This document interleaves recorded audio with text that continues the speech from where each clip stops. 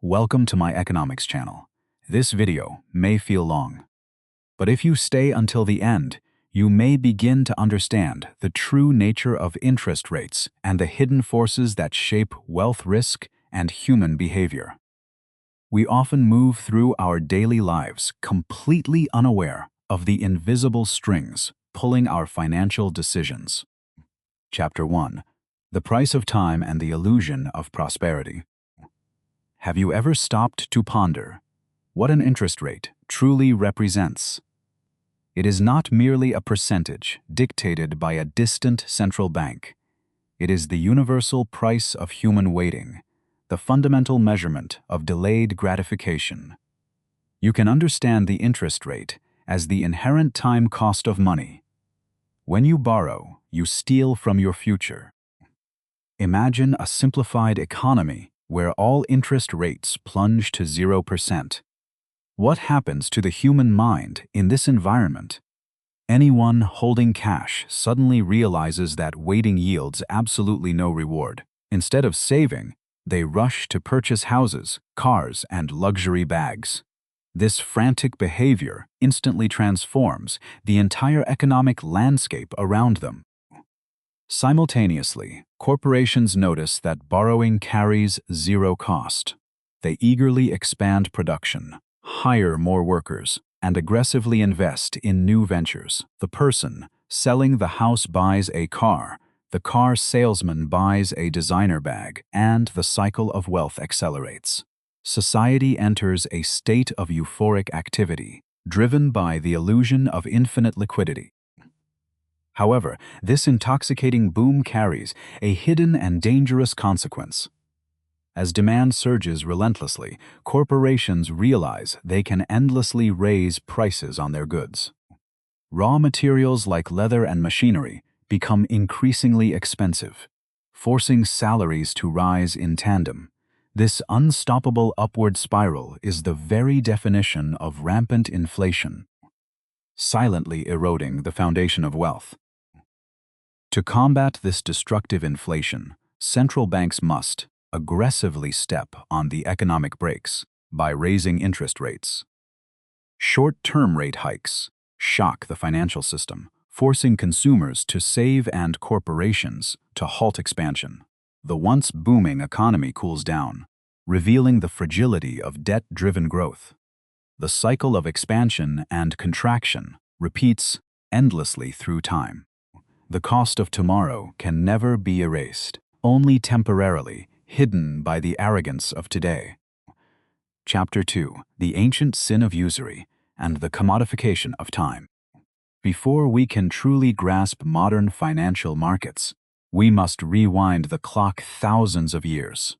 Did you know that the very concept of interest was once considered a grave moral crime?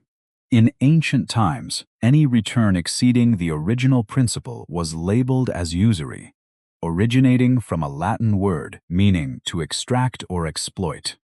The great philosopher Aristotle fiercely condemned the practice of making money breed more money. He argued that wealth should only grow through natural means, such as cows birthing calves or soil yielding wheat. In his mind, gold and silver were barren, dead objects. To force dead metals to reproduce was an unnatural and grotesque violation of nature. This philosophical disdain evolved into strict religious prohibition across both Christian and Islamic civilizations. Theologians decreed that charging interest was tantamount to stealing and selling time itself. Because time, sunlight, and air belonged exclusively to God, pricing time was the ultimate act of arrogant blasphemy. Usurers were condemned to suffer in eternal spiritual damnation. Yet, as global trade expanded radically between the 11th and 12th centuries, merchants desperately needed massive capital. Kings needed gold for distant wars, and the church required funds to build grand cathedrals. The rigid moral prohibition clashed violently with the urgent practical demands of a rapidly expanding human civilization. A financial loophole was desperately required to survive. The solution arrived through a clever rebranding of language and morality. Scholars excavated a Latin term signifying loss, which eventually evolved into the modern English word interest. They argued that the extra payment was not a greedy profit, but a just compensation for lost opportunities and endured risks. Through this linguistic manipulation, the sin of usury was finally sanitized. The human drive for wealth will always find a way to rewrite the sacred rules of morality. Chapter 3: The Ultimate Ruler of Valuation and the Water Village. To understand how interest rates manipulate asset prices, we must visit a fictional place called the Water Village. In this village, the local money lender sets the interest rate at 5%. A carpenter calculates that borrowing 100 water tickets will yield a profit of 20, leaving 15 after paying interest. The village thrives. Now, imagine an old farmer who owns a shop generating 10 water tickets of profit every year. Because the bank only pays 5 tickets for every 100 deposited, villagers willingly pay 100 tickets to buy the shop. The asset is perfectly priced based on the underlying interest rate. The financial ecosystem remains perfectly balanced. Suddenly, the money lender raises the interest rate to 10% to cool down speculation. The entire calculation of human desire changes instantly. If you can earn 10 tickets by safely depositing 100 in the bank, why take the heavy risk of buying a shop that only yields 10? Buyers evaporate, and panic quietly sets in. Desperate to sell, the old farmer must drastically slash the price of his beloved shop. He drops it to 80, then finally to 67 water tickets, just to offer a yield slightly better than the bank. The shop did not deteriorate, and its earnings remained exactly the same. Yet, its value collapsed by 33% because the financial ruler changed. This is the brutal reality of modern global finance. When the world's largest central bank hikes rates, global stocks, bonds, and real estate synchronously plunge. It is not because the underlying assets suddenly became worthless, but because the price of money became too expensive. Everything in our world is endlessly repriced against the unyielding benchmark of interest. An asset is nothing more than a mirror reflecting the scarcity of the money used to buy it. Chapter 4: The Illusion of Central Bank Control and the Yield Curve. Most people naively believe that omnipotent central banks dictate every single interest rate in the economy. This is a profound misunderstanding of macroeconomic mechanics. When a bank quotes you a 5% mortgage rate, how is that number actually constructed? It is a highly complex amalgamation of different financial layers hidden from the average consumer. The first layer is the risk-free rate, often derived from sovereign government bonds. The second layer is your personal risk premium, calculated intricately by algorithms assessing your probability of default. The final layer is the commercial profit margin the bank intends to extract from you. Together, these components forge the heavy chains of your personal debt. When you plot these risk-free rates across various time horizons, you create the magical yield curve. This curve is the absolute foundation of the entire capitalist system. Normally, it slopes upward, rewarding investors more for locking their money away for longer periods. But when chaos looms, the curve inverts, signaling deep underlying market terror. Central banks usually only control the ultra-short-term, overnight lending rates. They cannot directly command the 10-year or 30-year rates that drive mortgages and corporate bonds. To manipulate long-term rates, they must resort to quantitative easing, aggressively printing infinite money to buy up long-term debt. They force the market to bow to their will. True power lies not in commanding the price of today, but in manipulating the expectations of tomorrow. Chapter 5. The Thermometer of Empires and the Cycles of History. If you look closely at 4,000 years of human history, interest rates reveal the hidden truths of empires. They act as a highly sensitive thermometer measuring the political and economic health of civilizations. When a society is stable, prosperous, and trusting, interest rates naturally glide downward. Trust eliminates friction, making the cost of time incredibly cheap. During the golden age of the Roman Republic, interest rates dropped to an astonishing 4%. But when the empire began to fracture under political corruption and endless civil war, rates violently spiked. Capital flees from chaos, demanding massive risk premiums to endure the terrifying uncertainty of a collapsing social order. High rates are the roar of a dying system. Throughout the 20th century, we witnessed mind-boggling volatility in global interest rates, from near 0% during peacetime expansions to over 15% during the brutal oil crisis and rampant inflation eras. Each dramatic spike tells a bloody story of war, broken supply chains, and shattered public confidence. History proves that financial stability is always incredibly fragile. Yet, despite these violent short-term fluctuations, the sweeping 4,000-year trend of interest rates points downward. As humanity steadily advances in technology, capital accumulation, and institutional trust, the inherent risks of existence slowly decrease. The downward slope of this historical curve is a beautiful testament to the relentless progress of the human species. Peace is the ultimate collateral that allows humanity to borrow from the future without fear. Chapter 6. The Lost Decades and the Fall of the Leveraged Samurai. To see the devastating psychological impact of interest rate cycles, we must examine Japan's lost 30 years. In 1985, aggressive rate cuts ignited an epic asset bubble.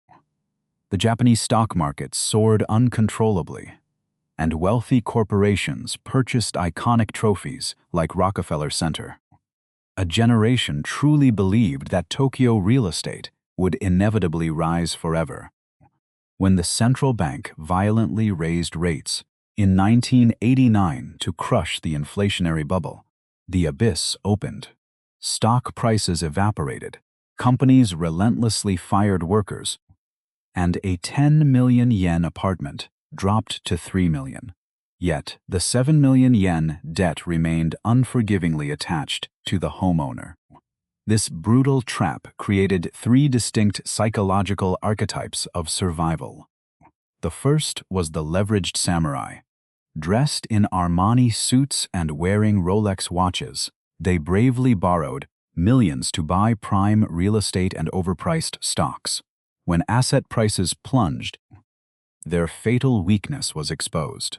They lacked sufficient cash flow to maintain their massive monthly payments.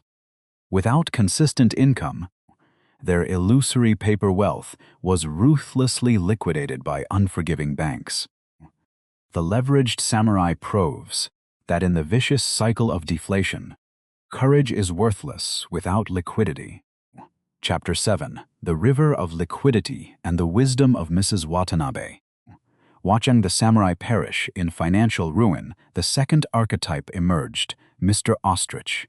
Terrified by the carnage, he sold all his stocks, emptied his mutual funds, and hoarded cash in his closet.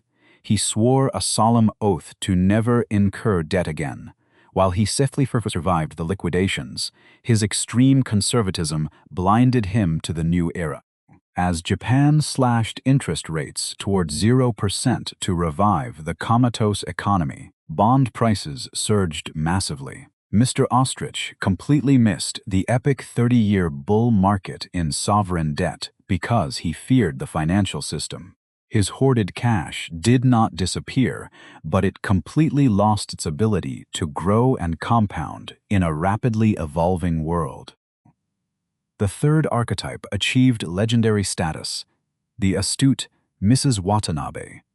These ordinary housewives intuitively grasped the flaw in the zero-interest rate environment. Instead of hoarding dead Japanese yen, they bravely borrowed cheap domestic money and poured it into high-yielding foreign assets like Australian and New Zealand bonds. They mastered the intricate art of the global carry trade. Mrs. Watanabe understood a fundamental rule of macroeconomics. You cannot fight an unstoppable secular trend. When the central bank opens the faucets, liquidity does not always flow where the government desires. It flows relentlessly towards certainty and higher yields, crossing endless oceans to find better returns. True wealth is captured by those who navigate the invisible currents of global liquidity. Survival requires not blind defiance against the storm, but the agility to adjust your sails to the changing winds. Chapter 8: The Structure of Risk and the Ultimate Freedom. What can we learn from the tragic and triumphant tales of the samurai, the ostrich, and the housewife? We learn that thriving in an uncertain economic paradigm requires a masterful understanding of financial architecture. Most people walk blindly into the market, throwing their precious capital at trendy assets while deeply ignoring their fundamental structural vulnerabilities. They build castles on shifting sand. Before you attempt to attack the global markets through carry trades or equity investments, you must forge an indestructible defensive base. This base consists of immediate liquidity and comprehensive health insurance policies, designed to shield you from sudden, devastating life shocks. Without this foundational protection, a simple medical emergency can instantly vaporize a decade of careful financial planning. Once the fortress is secure, you must divide your capital into distinct tactical battalions. Some funds must remain highly liquid to absorb unpredictable daily frictions. Other funds should exploit the steady compound interest found in fixed yield assets during a falling rate cycle. Only the longest-term capital should be deployed to ride the terrifying volatility of risk assets across entire decades. Interest rates will forever fluctuate, pushed and pulled by the relentless tides of human greed, terror, and geopolitics. But you do not need to predict the exact trajectory of the next central bank move. You only need to construct a personal financial system, resilient enough to endure the deepest winters and agile enough to harvest the bounties of the wildest summers. True freedom is not found in chasing the highest yield, but in building a life that cannot be destroyed by the market. Thank you for watching this deep journey into the architecture of money. If this documentary changed your perspective on wealth and time, please like this video and subscribe to the channel for more macroeconomic explorations. I leave you with one final thought. If the interest rate is the price of time, how cheaply are you currently selling your own future?